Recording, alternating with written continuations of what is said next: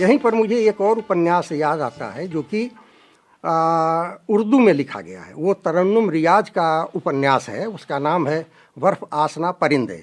उस उपन्यास में वो भी चंद्रकांता की तरह से पूरे ऐतिहासिक परिप्रेक्ष्य को लेकर के चलती हैं, पर उसका कमज़ोर पक्ष ये है कि जो समकालीन आतंक है उसके ऊपर वो अपनी टिप्पणियां खुल करके नहीं करती। तब ये प्रश्न उठता है कि ऐसा वो क्यों करती हैं? क्या वो मुस्लिम होने के नाते मुस्लिम आतंकवादियों के समर्थन देती हैं, छद्म रूप से इसलिए करती हैं, या वो आतंक को मार्क्सवादियों की तरह से ये स्वीकार करती हैं कि ये भी एक रेसिस्टेंस का, एक विरोध करने का माध्यम है? इस चीज़ को गौर करके मुझे लगता है कि वो आगे कुछ इस समस्या का समाधान देने वाला भी वह उपन्यास लिखेंगे। पंजाब का आतंकवाद भी कश्मीर के ही आतंकवाद की तरह से रहा है, क्योंकि उन लोगों ने भी भारत से अलग होकर के अपना एक स्वतंत्र राज्य खालिस्तान बनाने की इच्छा रखी थी।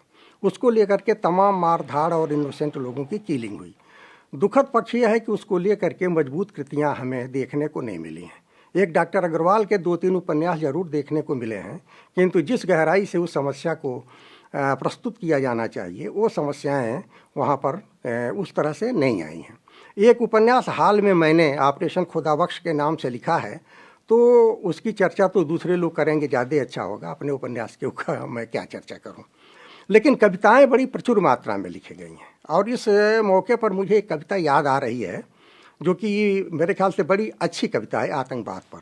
बड़ी छोटी सी कविता है। वो इस तरह से है कि जब मैं चला तो मेरे ओठों पर बांसुरी थी, जब मैं चला तो मेरे ओठों पर बांसुरी थी और कंधे पर कंबल। कहीं मैं रुका भी नहीं, कहीं मैं सोया भी नहीं। यह क्यों कर हो गया कि आज मेरे हाथ में बंदूक है और कंधे पर लाश।